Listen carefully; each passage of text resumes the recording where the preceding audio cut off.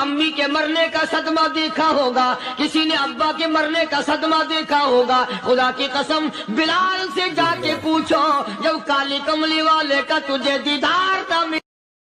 بہادر فرمانے لگے جو یوں کہے گا میرے نبی فوت ہو گئے میں اس کی گردن اتار ماروں گا، میرا نبی فوت نہیں ہو سکتا، میرا نبی دنیا سے نہیں جا سکتا، میرا نبی ہمیشہ ہمیشہ کے لیے رہے گا۔ لیکن جناب ابو بکر صدیق نے قرآن کریم کی آیت سنا کر کے سمجھایا، فرمایا وما محمد الا رسول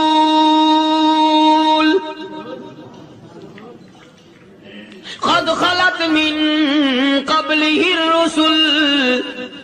اور لوگوں ہر نبی آئے رخصت ہو گئے، ہر نبی آئے رخصت ہو گئے۔ دنیا نہ پائیدار جگہ ہے، عارضی زندگی، مستعار زندگی، نہ پائیدار زندگی، فانی زندگی ہر کوئی لے کے آتا ہے، جب جانے لگتا ہے تو پتہ بھی نہیں چلتا۔ اس لیے مجذوب کہتا کہ سونے چاندی کی چمک بس دیکھنے کی بات ہے، سونے چاندی کی چمک بس دیکھنے کی بات ہے، اور 4 دن کی چاندنی پھر اندھیری رات ہے، قبر میں ہمیشہ اندھیرا رہے گا۔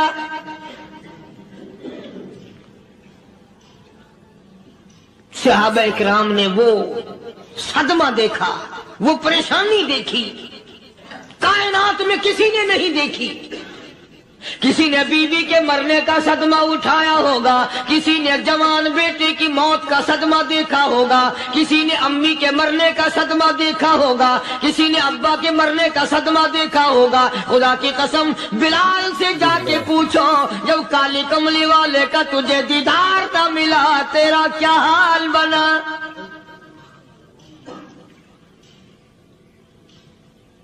صحابہ اکرام نے وہ عشق نبھایا، کمال کر دیا۔ بڑے سے بڑی مصیبت آئی، اسلام کا سودا نہیں، ایمان کا سودا نہیں، دنیا کی طرف آئے ہی نہیں۔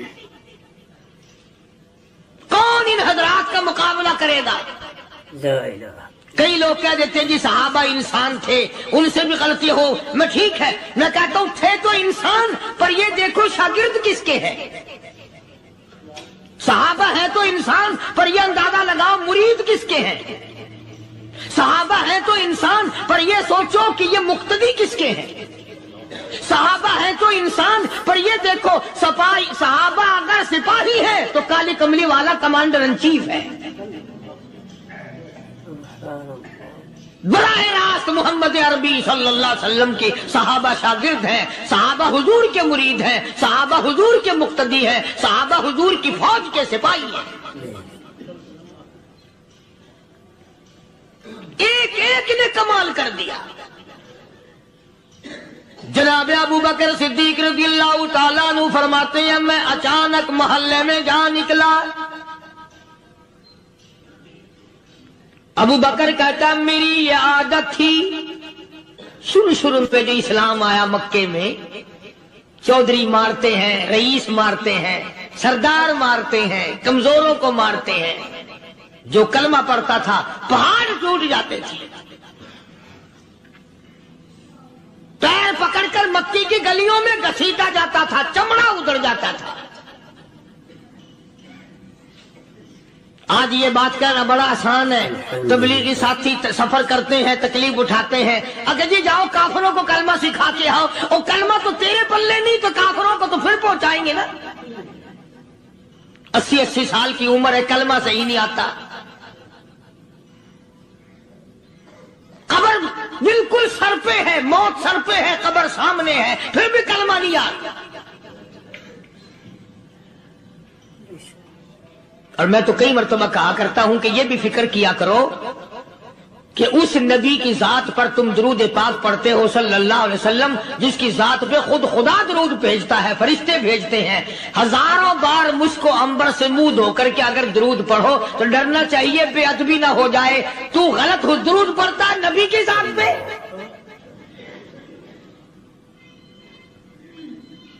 اور اس کو صحیح کرنے کا فکر نہیں رکھتا۔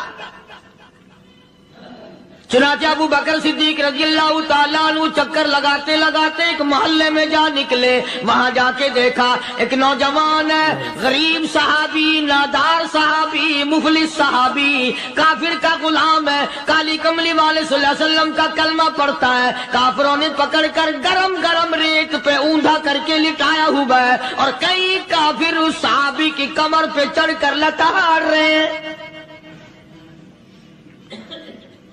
اس کی کمر پہ چڑھے ہوئے ہیں۔ جناب ابو بکر صدیق رضی اللہ تعالیٰ عنہ فرماتے ہیں میں نے دور سے دیکھا، میں سمجھ گیا کوئی غریب آدمی ہے۔ جب میں قریب گیا، فرماتے ہیں میری آنکھ نے دیکھا ابو فقیہ صحابی، میں نے پہچان لیا۔ کئی آدمیوں کے لتاڑنے کی وجہ سے، کئی آدمیوں کی کمر پہ چڑھ جانے کی وجہ سے ابو بکر کہتا ہے اتنی لمبی ابو فقیہ کی زبان باہر نکل آئی، منہ سے زبان باہر لٹکی ہوئی ہے، مار رہے ہیں کافر۔ جناب ابو بکر صدیق رضی اللہ تعالیٰ عنہ نے فرما دیا نہ مارو، اللہ کا بندہ ہے۔ وہ کہنے لگے بندہ تو اللہ کا ہوگا، غلام ہمارا، اور کلمہ اس نبی کا پڑھتا ہے، ہمارا غلام ہو کر کلمہ پڑھتا ہے، کیوں؟ جب تک جان سے نہ مر جائے گا ہم چھوڑیں گے نہیں، ہم اسے ختم کر کے دم لیں گے۔ اس نبی کا کلمہ پڑھتا ہے، ہمارے سامنے پڑھتا ہے۔ جناب ابو بکر صدیق رضی اللہ تعالیٰ عنہ نے منع کر دیا، منع کرنے میں اور زیادہ مچر گئے، اور زیادہ خرمستی کرنے لگے۔ ابو بکر فرماتے ہیں میں بالکل قریب کھڑا تھا، ظالموں نے ابو فقیہ کی پسلیوں پہ، کمر پہ چھلانگیں لگانی شروع کر دی۔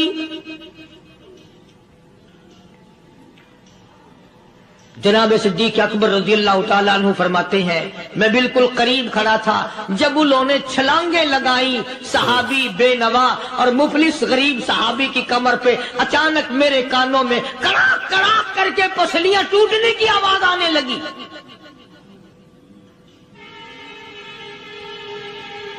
میرے سے برداشت نہ ہوا، میں برداشت نہ کر سکا۔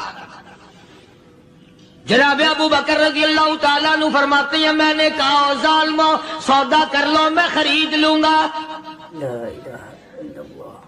انہوں نے جو منہ مانگے، دام مانگے، جناب ابو بکر صدیق رضی اللہ تعالیٰ عنہ نے وہ دام دے دیے، پیسے دے دیے۔ ہاں ہاں، غریب کی ہمدردی کی، مظلوم کی ہمدردی کی۔ آج ہمارے پاس جو پیسہ ہے وہ کنجری پہ خرچ ہو سکتا ہے، بدماشی پہ خرچ ہو سکتا ہے، ٹیپ ٹلو اور فیشن پہ خرچ ہو سکتا ہے، اللہ کے دین پہ خرچ کرنے کی ہمیں توفیق نہیں ہوتی۔ سارے سال کی کمائی کا حساب لگائیں کہ ہم نے کتنا اپنے بیوی بچوں پہ خرچ کیا، کتنا اللہ اور اس کے رسول اور اللہ کے قرآن پہ خرچ کیا، 100-2% بھی نہیں بنتا۔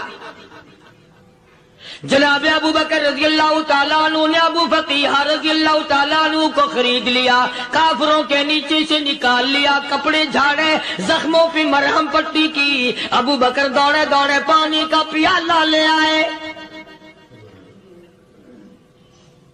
اور فرمانے لگے ابو فقیہ تجھے بڑی مار پڑی ہے، بڑی تکلیف پہنچی ہے، میں نے تیری زبان باہر لٹکی ہوئی دیکھی، نکلی ہوئی دیکھی، خشکی آ گئی ہوگی، زبان پہ کانٹے جم گئے ہوں گے، تھوڑا سا پانی پی لے۔ ابو فقیہ کہتا ابو بکر تیرے احسان کا بدلہ خدا دے گا، تیری مہربانیوں کا بدلہ خدا دے گا، میں نہیں دے سکتا، تو نے پیسے خرچ کر کے مجھے آزاد کرایا، میں تجھے دعا دے سکتا ہوں، میں غریب ہوں، میں نادار ہوں، میں مفلس ہوں، میں مسکین ہوں، اور ابو بکر تنگ نہ کر، میں پانی پی نہیں سکتا۔ کیا بات ہے، کیوں پانی نہیں پی سکتا؟ کہنے لگا ابو بکر تجھے کیا معلوم ہے جن کی وجہ سے میری پسلیاں توڑ دی گئی، جن کی وجہ سے مجھے مارا گیا، جن کی وجہ سے مجھے لتاڑا گیا، جن کی وجہ سے میری پسلیاں توڑی گئی، جن کی وجہ سے میرا یہ حال کیا گیا، جب تک میں آقا کا دیدار نہ کر لوں میں پانی کی بوند پی نہیں سکتا۔ مجھے پہلے شربت دیدار پینا ہے، میں نے سرکار مدینہ صلی اللہ علیہ وسلم کی زیارت پہلے کروں گا، پانی بعد میں پیوں گا۔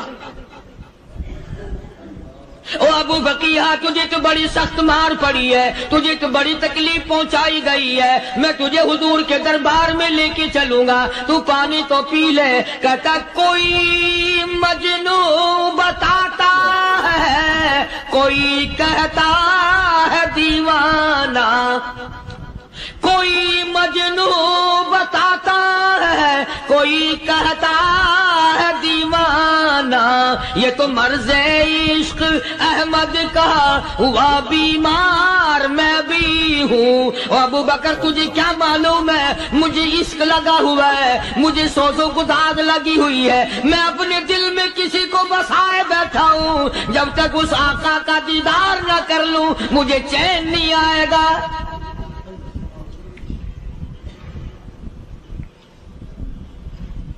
ہمیں عورتوں سے محبت ہے، ہمیں اولاد سے محبت ہے، ہمیں کوٹھی بنگلے سے پیار ہے، ہمیں روپے سے پیار ہے، ہمیں بڑی جاہ و حشم سے پیار ہے، اور خدا اور اس کے رسول سے پیار کرنے والے لوگ مدینے کے قبرستان میں سو گئے، قرآن سے پیار کرنے والے لوگ حضور کے درباری لوگ وہیں سو گئے۔ اندازہ لگاؤ، کوئی مار کھا کے اپنے ماں باپ کے پاس جائے گا، کوئی بھائی برادری میں جائے گا، کوئی تھانے میں رپورٹ لکھوانے جائے گا، کوئی اسپتال میں سرٹیفکیٹ لینے جائے گا، کوئی ڈاکٹری کرانے جائے گا۔ ابو فقیہ تم کتنے خوش نصیب ہو، امام الانبیاء کے دربار میں چلے ہو۔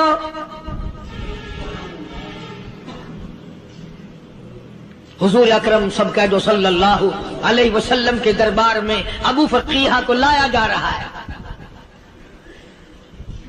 علماء نے لکھا ہے کہ جب ابو فقیہ حضرت کے دربار میں پہنچے تو خبر تو پہلے تھی نا کہ بڑی مار پڑی ہے، رحمت کائنات نے اٹھ کر سینے سے لگا لیا،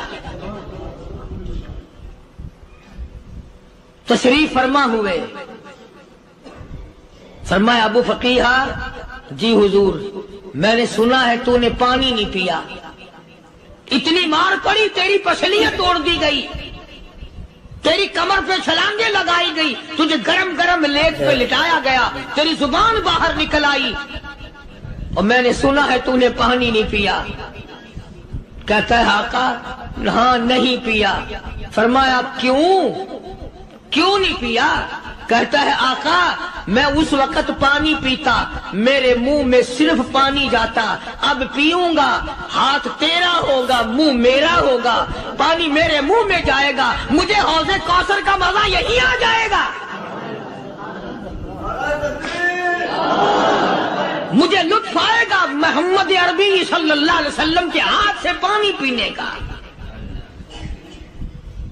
علماء نے لکھا ہے کہ حضرت نے جب اپنے رحمت والے ہاتھ سے وہ انگلی چاند کو اشارہ کیا، جگر پھنس کر ٹکڑے ہو گئے، وہ انگلی اشارہ کیا سورج واپس ہو گیا، وہ انگلی درخت اپنی جڑیں چھوڑ کر پیغمبر کے قدموں میں آ گئے، وہ انگلی جن میں کنکر پہاڑ کے لیے تو کلمہ پڑھنا شروع کر دیا، وہ انگلی اونٹ کی طرف کی تو بول پڑا، وہ انگلی چڑیا سامنے آئی تو انہوں نے شکایت کر دی، وہ انگلی جن کو دیکھ کر کے بیت اللہ پھر گیا۔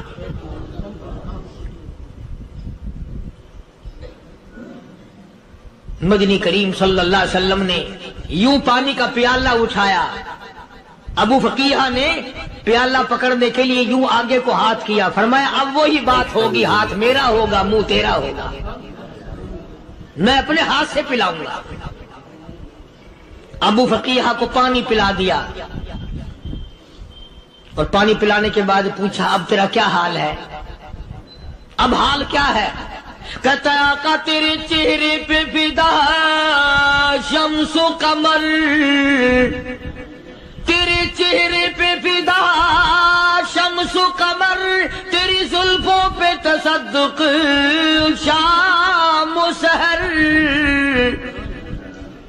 تیرے چہرے پہ فدا شمس و قمر، تیری زلفوں پہ تصدق شام و سحر، رخسار پہ ٹھہرے کس کی نظر، تیری بانک ادا کا کیا کہنا، اور کالی کملی والے تیری زیارت ہوئی سارے دکھ بھول گیا،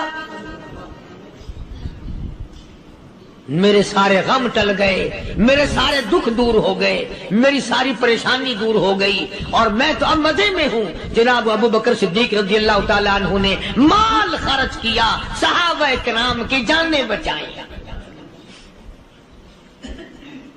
قیامت کا دن ہوگا، ساری کائنات کی پیشی ہوگی، اللہ پاک پوچھے گا تو دنیا میں کیا کرتا تھا؟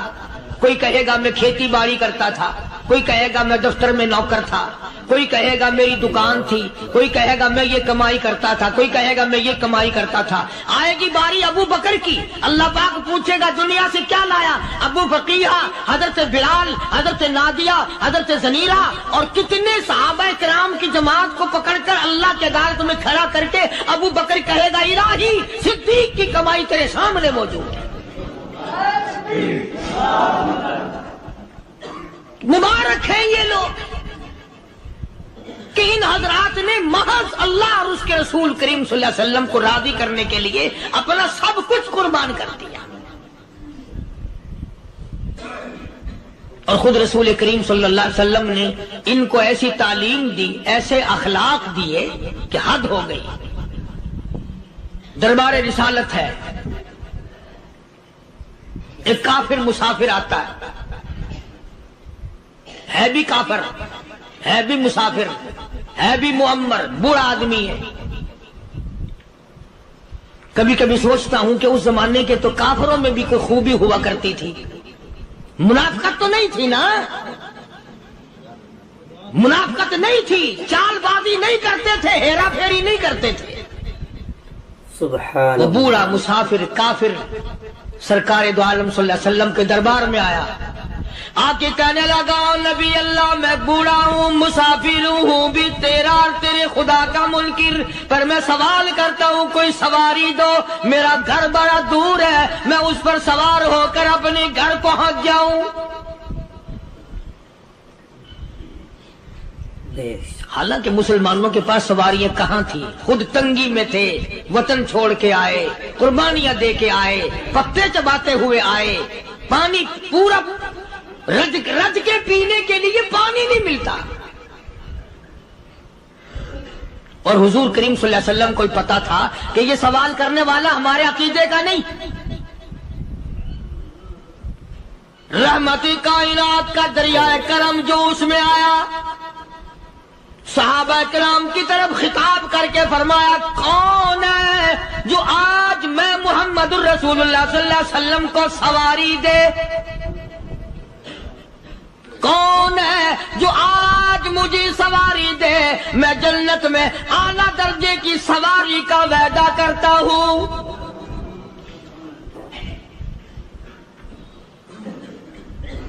حضرت عبادہ بن ثابت رضی اللہ تعالیٰ عنہ صحابے اٹھے اور اپنی ڈاچی، اپنی اونٹنی حضور کے ہاتھ میں پکڑا دی، اور حضور نے اس مسافر کو دے دی کہ لے بھائی سواری تجھے مل گئی۔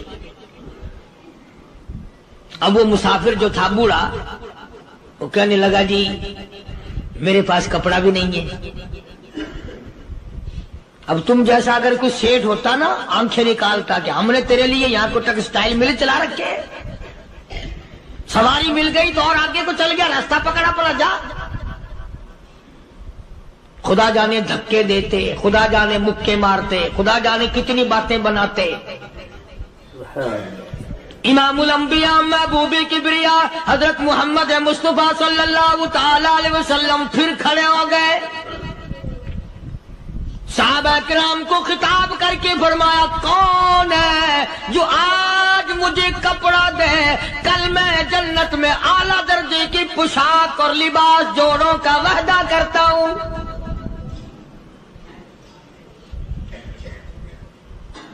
ایک صحابی نے اپنا کپڑا اتار کر حضور کے ہاتھ میں دے دیا صلی اللہ علیہ وسلم، یعنی ان کو کتنا یقین ہے حضور کی زبان پہ۔ سودا جنت کا ہو رہا ہے، زبان ہے کالی کملی والے کی، سودا ہو رہا ہے جنت کا۔ اور آج تمہیں سارا قرآن سنا دو، وہ سنانے والے کا بھی ڈلا تھے، سننے والے مولوی کہتے رہتے ہیں یار کوئی بات نہیں، جنت کس نے دیکھی ہے؟ صحابہ کرام میں سے کسی نے کپڑا دے دیا، حضور کریم صلی اللہ علیہ وسلم نے کپڑا لیا اور اس مسافر کو دے دیا کہ لے بھی کپڑا بھی مل گیا۔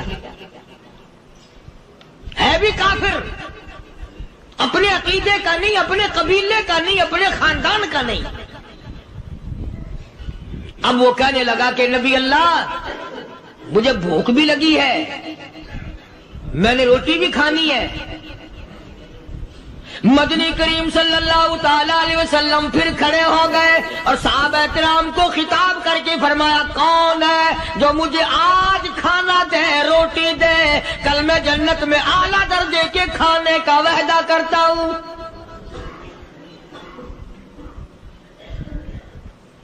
اس سوال کا جواب پورے مجمع میں سے نہ ملا۔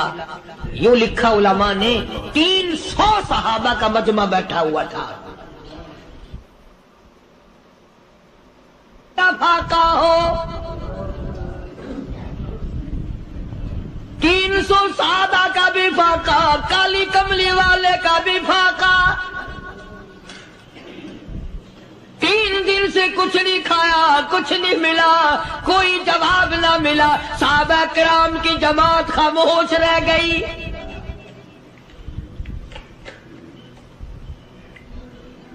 سلمان فارسی رضی اللہ تعالیٰ عنہ اٹھے اور اس مسافر کا ہاتھ پکڑا اور کہنے لگا میں تجھے ایسے دروازے پہ لے کے چلوں گا جہاں سے کچھ نہ کچھ کھانے کے لیے مل جائے گا۔ آیا ہے سلمان فارسی مسافر کو لے کر خاتون جنت سیدہ فاطمہ الزہرا رضی اللہ تعالیٰ عنہا کے دروازے پہ اور آواز لگائی یا اہل بیت رسول اللہ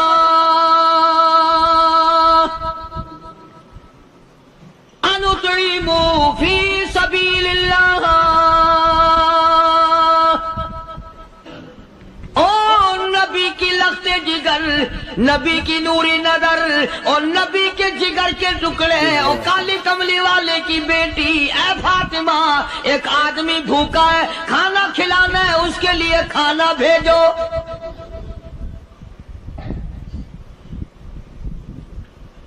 اندر سے آواز آتی ہے اور رونے کیسی آواز میں جواب ملا۔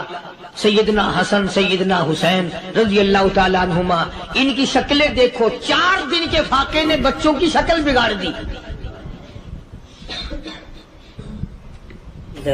پیغمبر کے نواسوں کا فاقہ، پیغمبر کا نواسا، پیغمبر کی بیٹی کا فاقہ، تمام مسلمان فاقے سے ہیں، کوئی گلہ نہیں کرتا، کوئی شکایت نہیں کرتا، کوئی اعتراض نہیں کرتا۔ اسی حالت میں اگر جنگ بھی ہو جائے تو صحابہ پھر بھی پیچھے رہنے کو تیار ہیں۔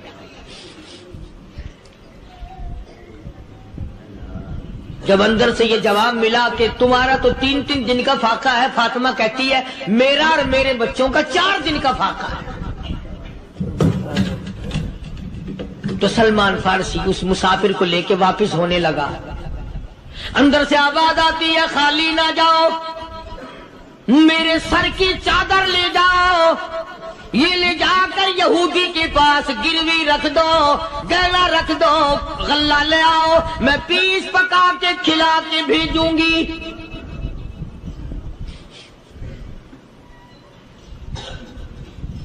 کہاں آج ایسے سخی عورت ہیں، کہاں ایسے سخی مرد ہیں؟ مسافر کو کون کھلائے، دین پر خرچ کون کرے؟ کسی طالب علموں کو، آپ میں سے اکثریت ایسے لوگوں کی ہے جنہوں نے ساری عمر میں، سارے سال میں کبھی ایک قرآن پڑھنے والے طالب علم کو روٹی نہیں کھلائی۔ اور پھر یہ کبھی نہیں سوچا کہ میں آخر کما رہا ہوں تو کیا کر رہا ہوں.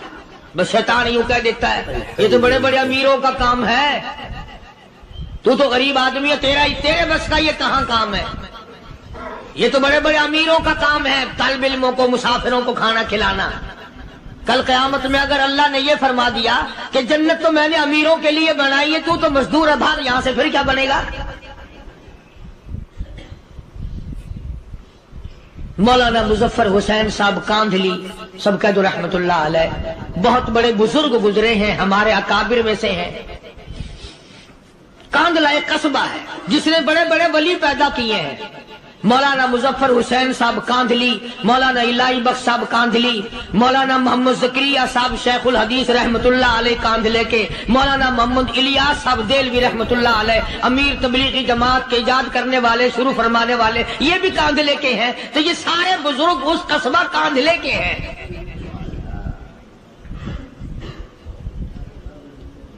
تو مولانا مظفر حسین پانی پت سے پیدل چل دیے اپنے کاندھلے کرانے کی طرف. راستے میں ایک بستی آئی، شام ہو گئی تو حضرت نے وہیں قیام کر لیا، ٹھہر گئے. عصر کی نماز پڑھی، مغرب کی نماز پڑھی، مسجد میں صفائی کی، اذان دی. کوئی ایک آدھ آدمی آیا تو جماعت کر لی. وہ جو آدمی آیا اس نے پوچھا مولانا آپ مسافر ہیں؟ کہ جی ہاں. کہ رات کو یہی رہو گے؟ کہ جی حضور. وہ آدمی 3 روٹیاں لے کر آیا اور مولانا نے وہ تینوں روٹیاں کھا لی اور سو گئے. تو مولانا فرماتے ہیں کہ مجھے اس رات میں حضور اکرم صلی اللہ علیہ وسلم کا 3 مرتبہ دیدار مل گیا. 3 مرتبہ حضور کی مجھے زیارت ملی. مولانا فرماتے ہیں میں تو اگلے دن بھی وہاں ٹھہر گیا کہ یہ جگہ چھوڑنے کی ہے، جہاں اتنی بڑی دولت ملے یہاں تو ساری عمر پڑا رہے آدمی. تو حضرت فرماتے ہیں کہ اگلے دن وہی مسافر، مولانا مسافر ہیں، وہی آدمی ہے، 2 روٹیاں لے کر آیا. اور مولانا فرماتے ہیں میں نے 2 روٹیاں کھا لی تو اس رات کو مجھے 2 مرتبہ حضور صلی اللہ علیہ وسلم کا دیدار ملا. میں تیسرے دن بھی وہیں ٹھہر گیا. تیسرے دن شام کو وہی آدمی 1 روٹی لے کر آیا اور میں نے وہ روٹی کھا لی. تو اس رات کو حضور کریم صلی اللہ علیہ وسلم کی 1 مرتبہ زیارت ہوئی، 1 مرتبہ دیدار ملا. تو مولانا فرماتے ہیں میری سمجھ میں یہ بات بیٹھ گئی کہ یہ نہ تو جگہ کی برکت نہ بستی کی برکت، یہ تو اس کی روٹیوں کی برکت ہے. 3 کھائی تو 3 مرتبہ دیدار ہوا، 2 کھائی تو 2 مرتبہ دیدار ہوا، 1 کھائی تو 1 مرتبہ. یہ تو اس کی روٹی کی کرامت ہے. تو وہی آدمی جو روٹی لانے والا تھا وہ کہنے لگا مولانا کل آپ تشریف لے جائیں، یہاں نہ ٹھہرنا. تو حضرت فرماتے ہیں میں نے کہا کیوں بھائی، مجھے تو ایسی دولت مل رہی ہے میں یہی پڑا رہا ہوں. وہ کہنے لگا اللہ والے آپ کو پتہ نہیں پرسوں میں مزدوری کر کے اتنا ہی آٹا لایا تھا کہ 3 روٹیاں بنی. اتنا ہی آٹا بنا تھا، 3 روٹیاں بنی. میں اپنے نام کی روٹی اٹھا کے چل دیا. میری بیوی نے پوچھا کہاں؟ میں نے بتایا مسجد میں ایک اللہ والا مسافر ہے. وہ کہنے لگی میں بھی فاقہ کر لوں گی، میرے نام کی روٹی بھی اس مسافر کے لیے لے جا. کہتا ہے میں نے دونوں اٹھا لی. تیسری روٹی ایک بچہ ہمارا اس کے لیے چھوڑ دی. وہ بچہ کہنے لگا اچھا ماں باپ جنت میں جائیں، بیٹا کدھر رہے گا؟ میں بھی فاقہ کروں گا، میرے نام کی بھی لے جا.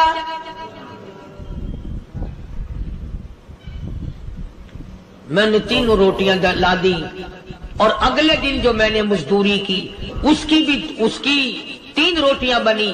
بچے کی حالت خراب ہو گئی تھی، اس کو دے آیا. ہم نے میاں بیوی نے چوتھے دن بھی فاقہ کر لیا اور آج بیوی کی حالت بھی خراب ہو گئی تھی.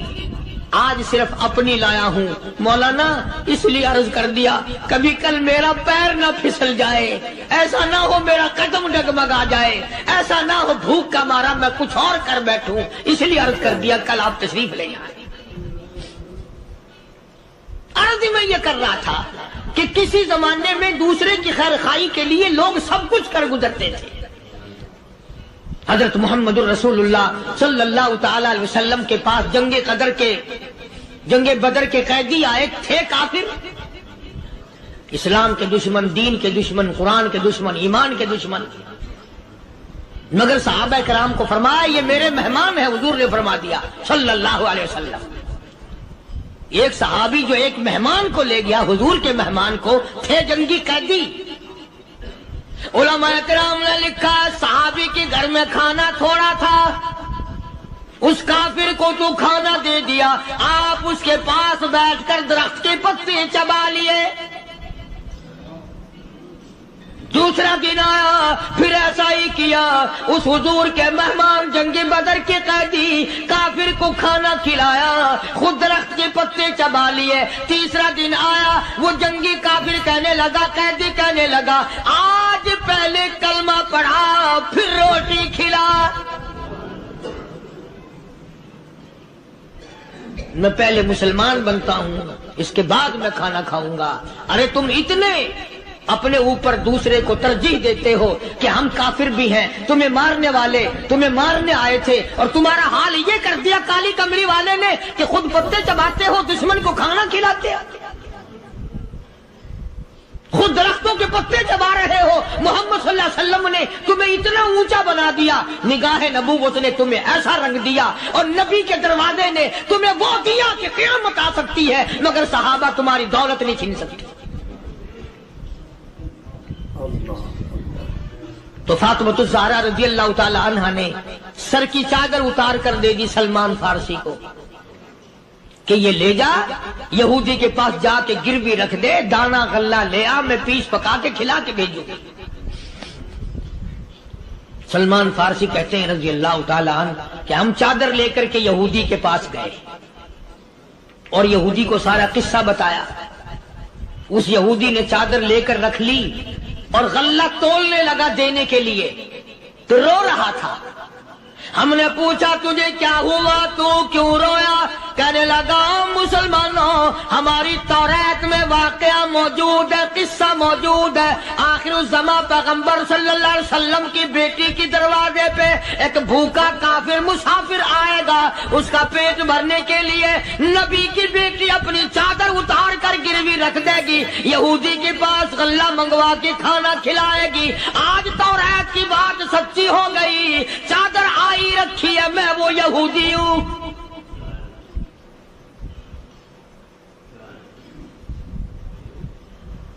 اور غلہ تول کر دے دیا. سلمان فارسی کہتے ہیں یہودی میری ساتھ ساتھ چل دیا. خاتون جنت سیدہ فاطمۃ الزہرا رضی اللہ تعالی عنہا کے دروازے پہ آیا، اور جب ہم نے غلہ دے دیا، چادر بھی اندر یہودی نے پہنچا دی کہ میں چادر بھی واپس دینے آیا ہوں. اور سلمان کو کہنے لگا اب دیر نہ لگا، دیر نہ کر. کیوں؟ میری توریت نے تصدیق کر دی کہ یہ نبی برحق ہے. اب ایسا نہ ہو میرا دم نکل جائے، میں کفر پہ مر جاؤں. جلدی کر، مجھے سرکار کے دربار میں لے چل، میں مسلمان بنتا ہوں. اور اسی کو جا کے کہنے لگا تیری صورت، تیری سیرت، تیرا نقشہ، تیرا جلوہ، تیری صورت، تیری سیرت، تیرا نقشہ، تیرا جلوہ، تبسم گفتگو بندہ نوازی، خندہ پیشانی. او کالی کملی والے، میرا دل ہو، تیرا گھر ہو، تیرا در ہو، میرا سر ہو. تمنا مختصر سی ہے مگر تمہید گولانی. یہودی نے ضد نہیں کی. آج کا مسلمان کہلانے والا ضد کرتا ہے، ضد میں مارا جاتا ہے. ہم یوں ہیں، یہ یوں ہے. وہ یہودی اچھا نکلا، ذرا سی بات اس کے سامنے آئی فوراً سمجھ گیا، سرکار کے دربار میں جا کر غلامی قبول کر لی. بے شمار صحابہ کرام ہیں جنہوں نے اللہ کی راہ میں وہ دکھ اٹھائے، وہ پریشانیاں جھیلی۔ اللہ غنی، مکہ مکرمہ میں سیدنا ابو جندل رضی اللہ تعالی عنہ صحابی ہے، ایمان قبول کر لیا، کلمہ پڑھ بیٹھا، بس کافروں کے لیے مشغلہ بن گیا، تماشا بن گیا، روزانہ مارتے ہیں۔ اندازہ لگا مسلمانوں، ملتان کے رہنے والوں، سارا مکہ مارنے والا ایک ابو جندل مار کھانے والا۔ لڑکے مارتے ہیں، جوان مارتے ہیں، بوڑھے مارتے ہیں، پیر پکڑ کر مکے کی گلیوں میں گھسیٹے گھسیٹے پھرتے ہیں۔ رحمت کائنات حضرت محمد رسول اللہ صلی اللہ تعالی علیہ وسلم عمرے کے لیے تشریف لائے ہیں، کفار مکہ نے روک دیے۔ حدیبیہ میں مکے سے 6 میل پر حضور صلی اللہ علیہ وسلم تشریف فرما ہے، صحابہ کرام کی فوج ہے، لشکر ہے، سرکار دو عالم ہے صلی اللہ علیہ وسلم۔ ذرا توجہ کرنا، کلیجے پہ ہاتھ رکھ کے ابو جندل کے پیروں میں بیڑیاں ڈال رکھی ہیں، چلا نہ جائے، مدینے نہ بھاگ جائے، کھسک نہ جائے، نکل نہ جائے۔ ابو جندل یہ آس لگا کر، یہ آرزو لگا کر مدینے کی طرف چلا جاؤں گا، مسلمان قریب آئے ہوئے ان میں شامل ہو جاؤں گا، میں بھی آزادی سے نماز پڑھوں گا، کالی کملی والے کا دیدار کیا کروں گا، میرے مصیبتوں کے دن ختم ہو جائیں گے، میری تکلیف کے دن ختم ہو جائیں گے، میری مصیبتیں ٹل جائیں گی۔ گرتا پڑتا پہاڑوں کے اوپر سے چڑھتا اترتا بڑی مشکل سے حضور کے دربار میں پہنچا۔